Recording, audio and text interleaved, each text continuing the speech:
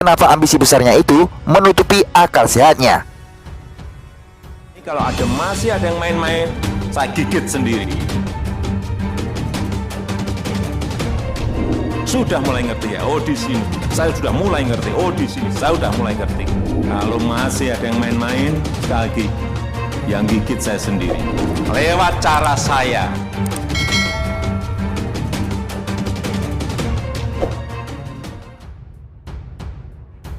Dalam kondisi pandemi, di mana sebelumnya kedatangan Rizik di bandara sudah menimbulkan kumpulan massa yang melanggar PSBB, maka kedatangan Anies sowan ke Rizik patut dikecam atau ditertawakan dengan sinis.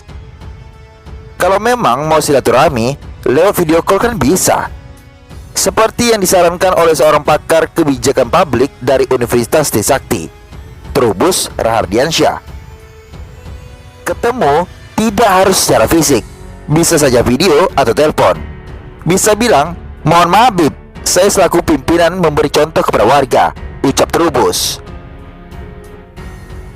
Secara politis, cara itu kan bagus ya buat Anies. Dia bisa tetap mempertahankan kedekatannya dengan Rizik, sekaligus memperbaiki citranya di mata warga Jakarta.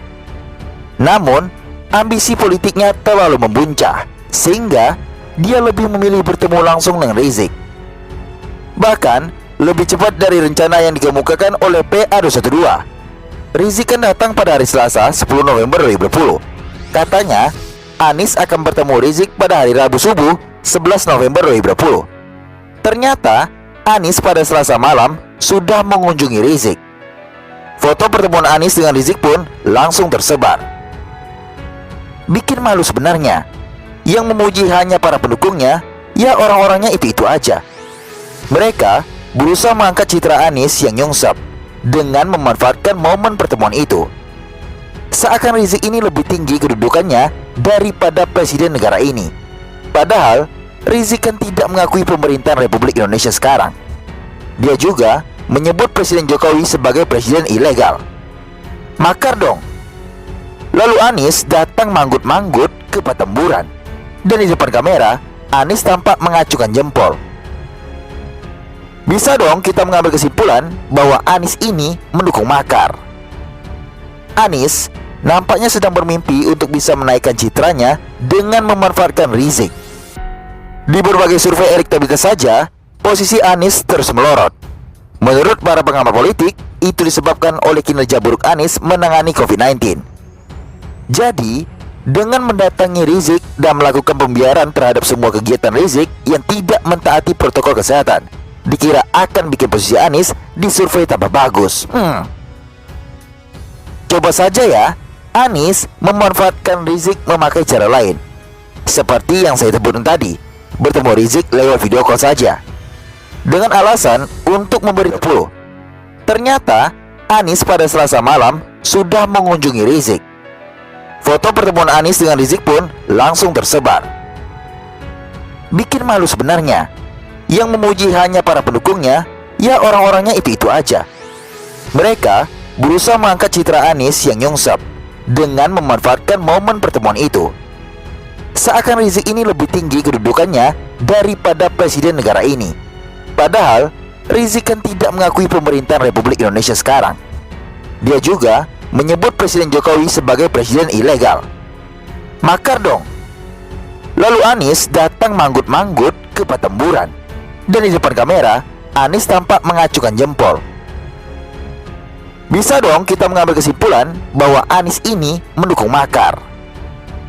Anies nampaknya sedang bermimpi untuk bisa menaikkan citranya dengan memanfaatkan Rizik.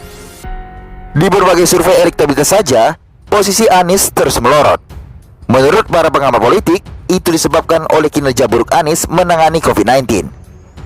Jadi, dengan mendatangi Rizik dan melakukan pembiaran terhadap semua kegiatan Rizik yang tidak mentaati protokol kesehatan, dikira akan bikin posisi Anies di survei tambah bagus. Coba saja ya, Anies memanfaatkan Rizik memakai cara lain. Seperti yang saya sebutkan tadi, bertemu Rizik lewat video call saja, dengan alasan untuk memberi teladan buat warga Jakarta. Saya yakin banyak pihak yang akan memuji Anies. Bahkan jika Anies bisa tegas terhadap Rizik dengan memintanya mentaati aturan karantina 14 hari dan membatasi masa yang dikumpulkan Rizik, pujian terhadap Anies akan makin banyak pastinya dan akan menaikkan posisinya dalam survei elektabilitas. Ini cara yang gampang loh. Kong kali kong sama Rizik pun bisa. Anies tidak bisa akan kehilangan muka, ya kan? Entah kenapa ambisi besarnya itu menutupi akal sehatnya. Embuhlah. Ada cara yang lebih bagus dan efektif. Yang dia pilih malah cara yang berisiko tinggi dan tidak efektif. Apakah ini artinya ada skenario besar di belakang Anies dan Rizik? Ada yang mengatur Habib itu, nama Habib itu adalah tukang obat. Screenshot. Kepadamu, hei, bagi betina lonte oplosan penjual selangkangan, saya himbau. 1 kali 24 jam kau tidak melakukan klarifikasi dan permintaan maaf di depan publik secara terbuka untuk membela kehormatan cucu Rasulullah Sallallahu Alaihi Wasallam. Assalamualaikum warahmatullahi wabarakatuh. Good morning. Nah, ini adalah jalanan rumah gue.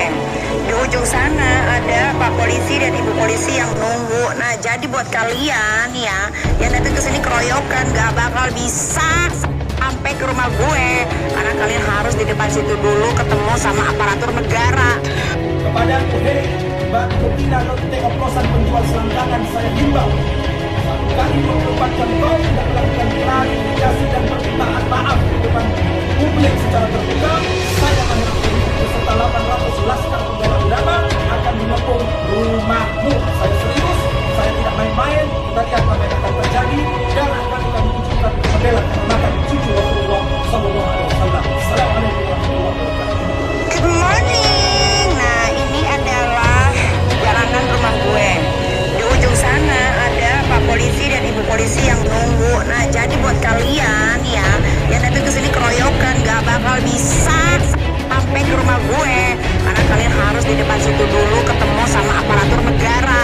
Makanya belajar ya buat gak main keroyokan. Tolong.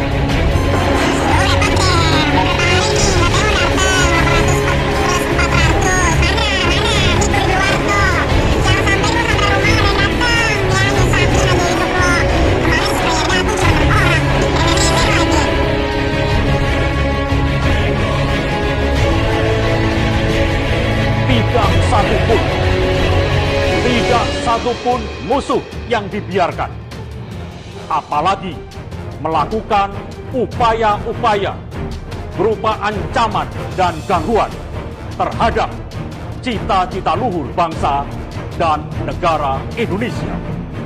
Ingat, siapa saja Habib itu, nama Habib itu adalah tukang obat. Screenshot.